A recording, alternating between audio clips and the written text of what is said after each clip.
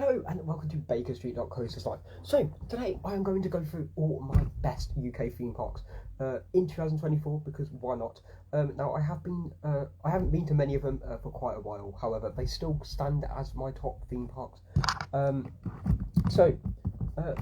Let's go from Alton Towers to there's Great Yarmouth to there's even there's even Blackpool Pleasure Beach, which I haven't been back to for ages. However, there are some aspects which of theme parks which I absolutely love, but there is always that one top crowned one. So starting at number 8 is Great Yarmouth Pleasure Beach. Now Great Yarmouth Pleasure Beach, very good roller coaster. It has the wooden roller coaster or just the roller coaster. Has a good snail ride to it.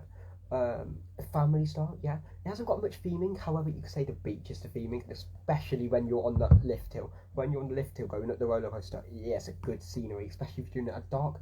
They have some good fireworks displays, and they're just lively in what they do basically as a seaside town. They're not the most invested seaside town, however they have some really good rides and they try and keep up to date with all the social media content on there. It's just very family friendly and it's pleasant. I think it's really cool to go in.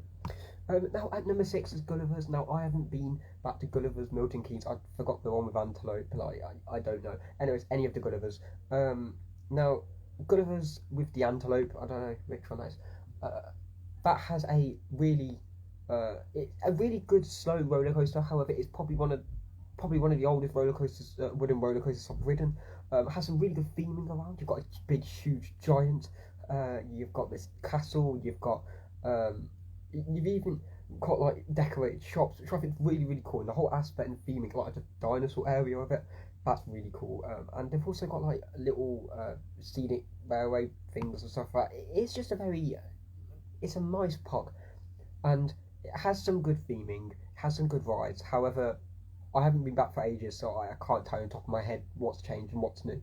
Now, number 5, this is another one I haven't been back to for ages, but Drayton Manor. Now, Drayton Manor hasn't changed much either. Like, there's been some rethemed of stuff, like, for example, Ben 10, Ultimate Mission, that's changed, but the track hasn't changed. So I can basically say my point of view. Oh, and the Buffalo Ride, which is now in Under Vikings, it hasn't changed much. Like, even the haunting is the same, and they all have some good aspects to the ride. I went on the original rafts. Rafts, I don't know what they're called. They're like Congo River. What are they called now? I think it's like, I don't know. Anyways, yeah, it was like really cool. And the park's good. There's some good theming. I know they're getting more theming. They've got a new roller coaster on the horizon. But it's good that they've also rethemed Shockwave. You used to have G-Force. G-Force is no longer there. Unfortunately, you've got Apocalypse. That's no longer there. But apart from that, it has some really good aspects, family friendly, just like Great Yarmouth. However, it has some good storyline to it, and their marketing campaign's quite big. It's just a very good coaster. No, because it's a very good theme park. It's got Thomas Land, which again makes it very family inclusive. You know a lot about it, and yes, I was named after Thomas Land, so yeah. But apart from that, it's absolutely good, and it's just a family theme park for everyone. Now another family theme park for everyone is my number. Well, actually, yeah, it's my number 5 coaster, which is Legoland. Did I put that at number 5? No, okay. Number 5 is Legoland. Now, Legoland, a very good coaster. Best theme park. No, not best. Oh god. No, sorry guys.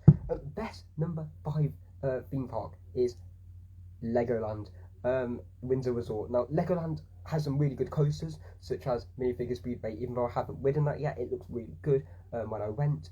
Then you have, with the huge Roxy statue, not so minifigure Roxy, you've got Storybook Lake. That is a very unique ride, and especially when it's all made out of Lego. I remember it used to Skype Water, but you don't do it anymore, but it tells good storylines, and it's just good to see everything made out of Lego basically. You got the Dragon. Dragon is so unique, and it's the only roller coaster to have a proper pre-show before it actually goes onto the roller coaster, because I don't know any other roller coaster like that in the UK. And then you have the Laser Raider ride. That's alright. You've got Flight of the Skyline, which opened quite a few years ago in 2022. Very good ride too. Even though it's a 4D cinema, flying cinema, it's good. You got Mia's Riding Adventure or Autumn's Riding Adventure. that is probably the most intense ride in the park. Well, that's what I think from the last time I went, but I haven't ridden the minifigure speedway yet, so I don't know. Then you've got Lego City, and I also love how they can situate it in different areas. For example, Lego City, you've got Heart Lake City, you've got the Knight's Kingdom, um, you've then got the beginning and the imagination center and stuff like that, and it's really really good. And I just love how the whole aspect is just around the themed like area. You also got Mythica, which is where Flight of Skyline is. It's just really really good. You've got Duplo as well. I keep forgetting all these. Um, but yeah, like I said, it's really really good, family friendly, and it's always for people who absolutely just love Lego. And it's not just that; it's the fact you like theme parks as well. If you like tourist attractions, you can go there. It is really good, and the fact they're having a new investment this year, as I did talk about it on my previous videos, but there is a new planning permission for the entrance plaza. It looks really really good for the future of Legoland Windsor Resort.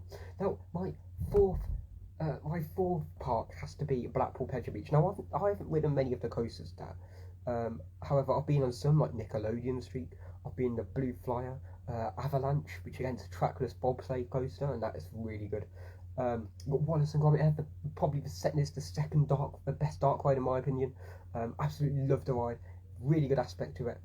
I can't fault it. It tells such a good it tells such a good story of all the clay models together, all the Wallace and Gromit movies together, and it's really good that it's open there, and you know, having a ride like that gives an experience like no other. And then you've also got Nickelodeon Land, which again is a bit plain now, but yet again they hold the Slime Fest there, which yet again adds. I keep saying yet again, it adds to the area. You've also got stuff like the Big Dipper, yeah, you've got Big Dipper, which is 100 years old. You've got Tunnel of Love, or I don't know what they call it anymore, but that was a good ride.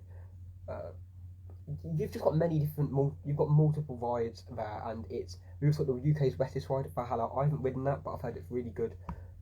And that was before Space Invaders, so you know.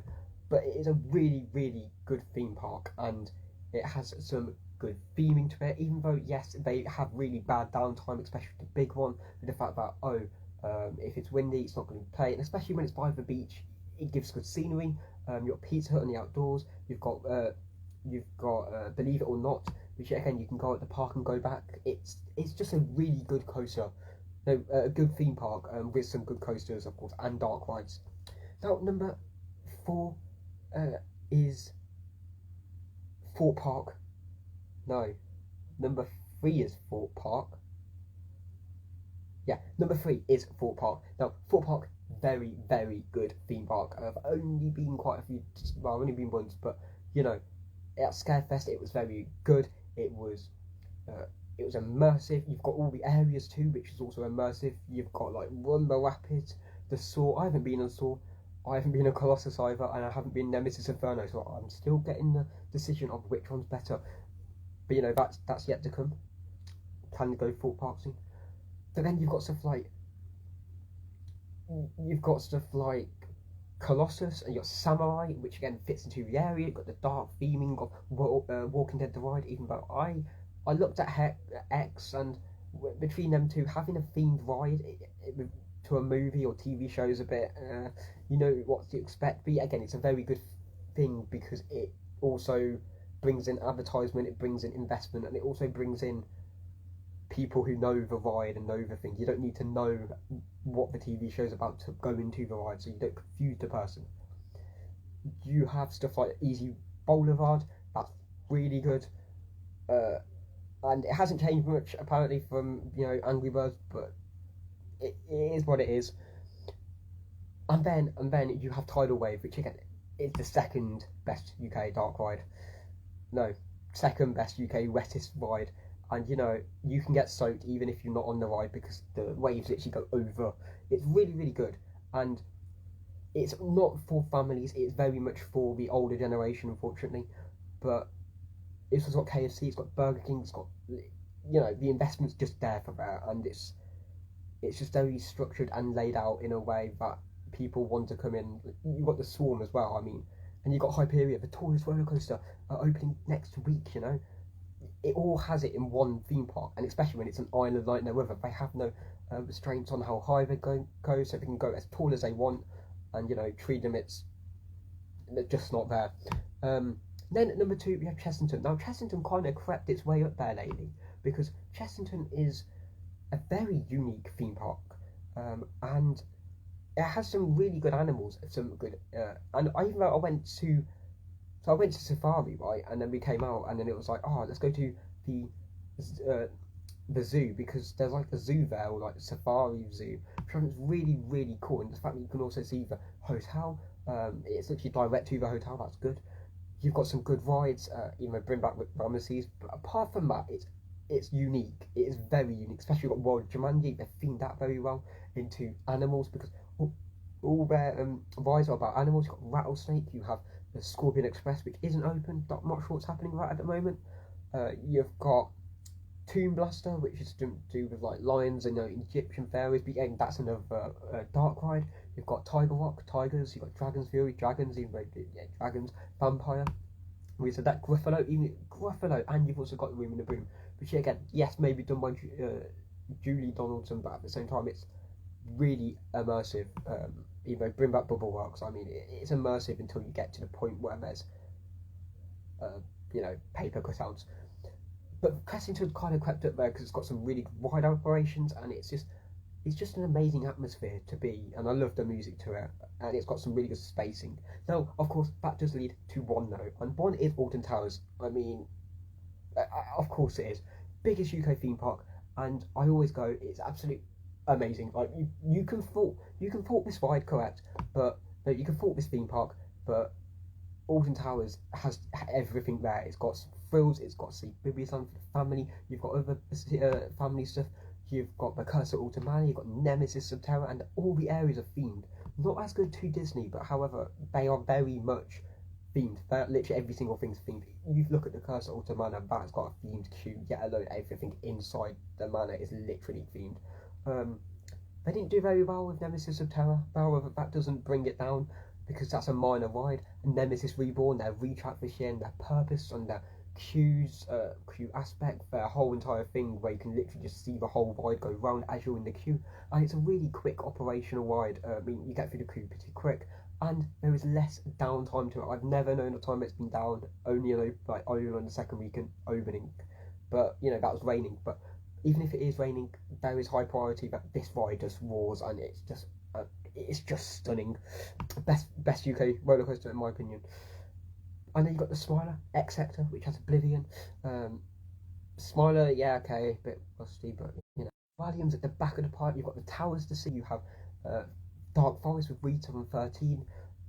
It's just all amazing. And even Spinball Wizard, which again, that's an alone. And you've got Hex, which is opening this year apparently.